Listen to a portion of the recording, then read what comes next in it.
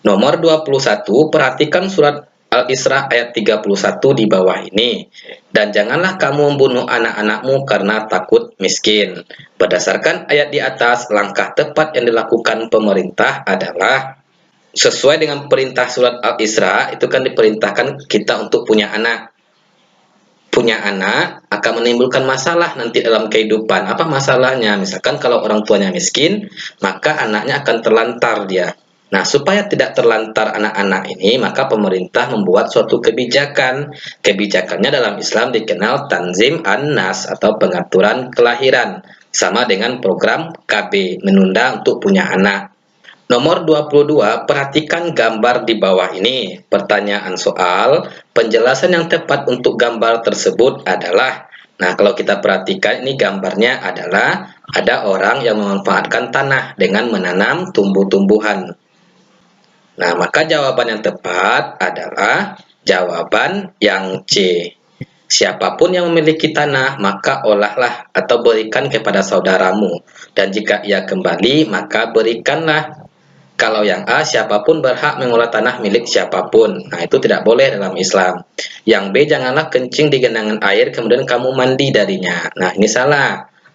Nah, gambar di soal itu adalah menanam tanaman atau memanfaatkan tanah. Kalau yang D, seorang muslim yang menanam pohon atau tanaman kemudian dimakan oleh burung, hewan dan manusia, maka itu sedekah baginya. Soal nomor 23, perhatikan berita di bawah ini. Isi berita dalam soal nomor 23 ini adalah keluarga Gen Halilintar ini dia membuat sebuah lagu. Lagu tersebut menggunakan liriknya lagu Syantik. Lagu Syantik ini punyanya PT Naga Suara. Nah, jadi keluarga Gen Halilintar ini melanggar hak cipta. Nah, jadi keluarga Gen Halilintar ini laporkanlah ke pihak pengadilan. Jadi diproses oleh Mahkamah Agung. Maka jawabannya adalah yang C. Adjudikasi. Adjudikasi ini adalah penyelesaian konflik melalui pihak ketiga. Yang arbitrase juga penyelesaian konflik berdasarkan kebijakan pihak ketiga.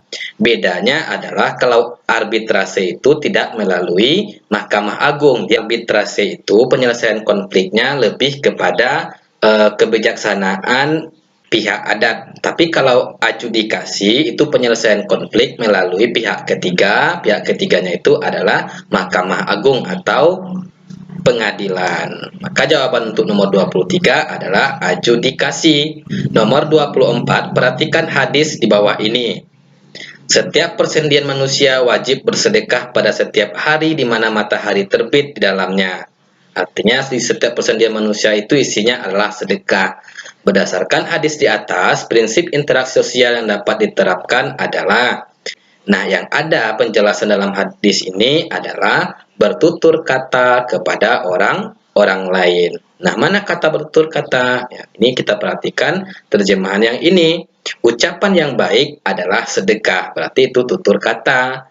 Nah, kalau bersikap sopan santun itu tidak ada dalam terjemahan hadis ini. Maka yang tepat adalah yang C. Ketika kelompok-kelompok masyarakat itu tidak saling mengenal budaya komunikasi satu sama lain, bisa jadi orang Sunda akan menganggap orang Batak kasar dan suka marah-marah. Padahal gaya bicaranya yang memang demikian. Di sisi lain, orang Batak mungkin akan menganggap orang Yogyakarta atau orang Sunda tidak tegas dan tidak percaya diri. Nihilnya pengetahuan mengenai keberagaman budaya akan membuat kita berpikir keliru, cenderung gegabah dalam mengambil kesimpulan. Berdasarkan narasi di atas, prinsip toleransi yang dapat diterapkan adalah, nah, yang tepat adalah jawaban yang D, atadayah, artinya perbedaan keberagaman.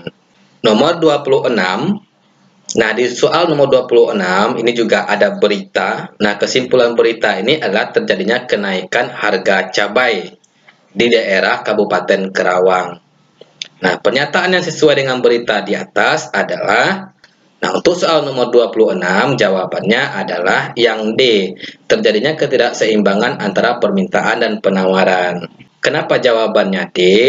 Karena isi berita ini adalah kenaikan harga.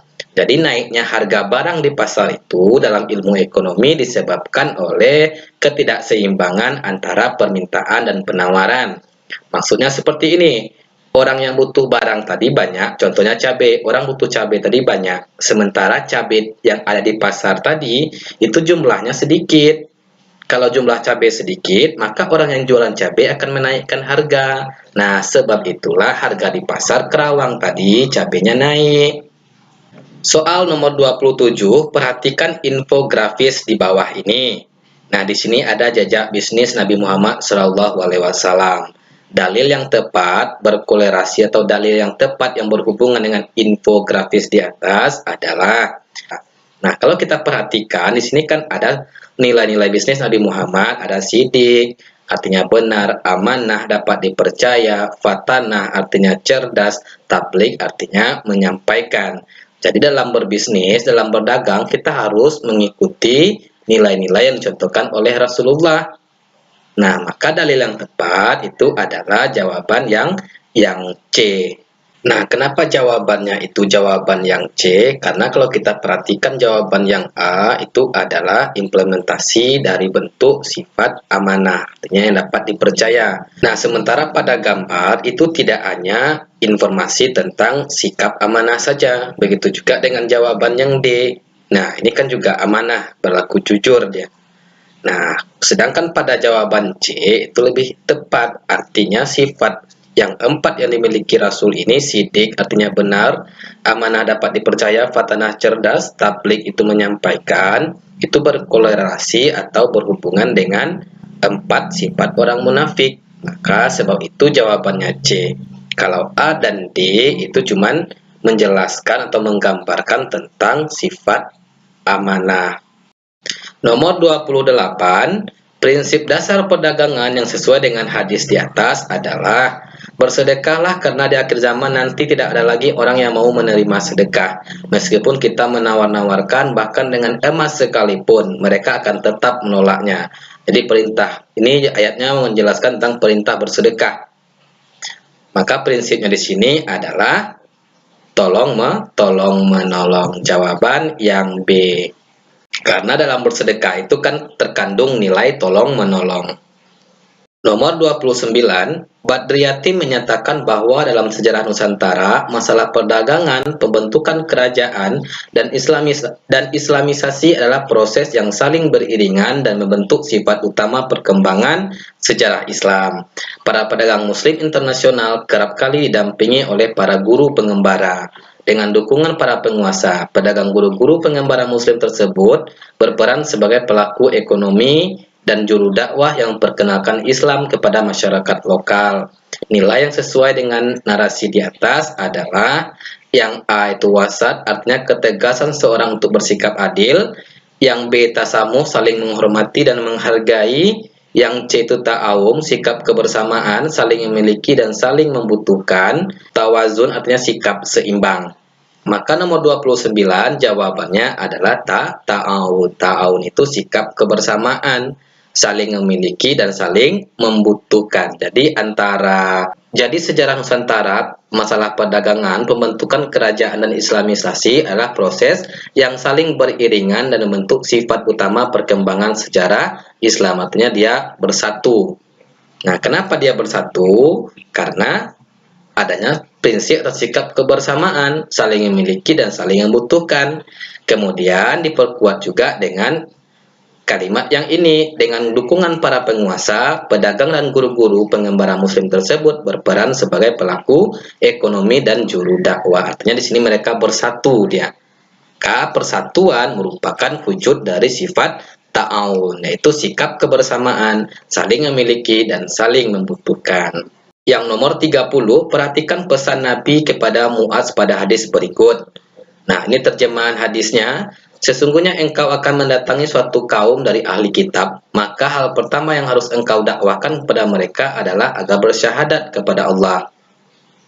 Nah, setelah itu, jika mereka mentaatimu, maka beritahukan kepada mereka bahwa Allah mewajibkan zakat kepada mereka.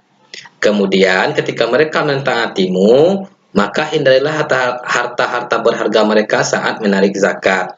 Maka, hadis ini merupakan prinsip bertahap dalam perintah.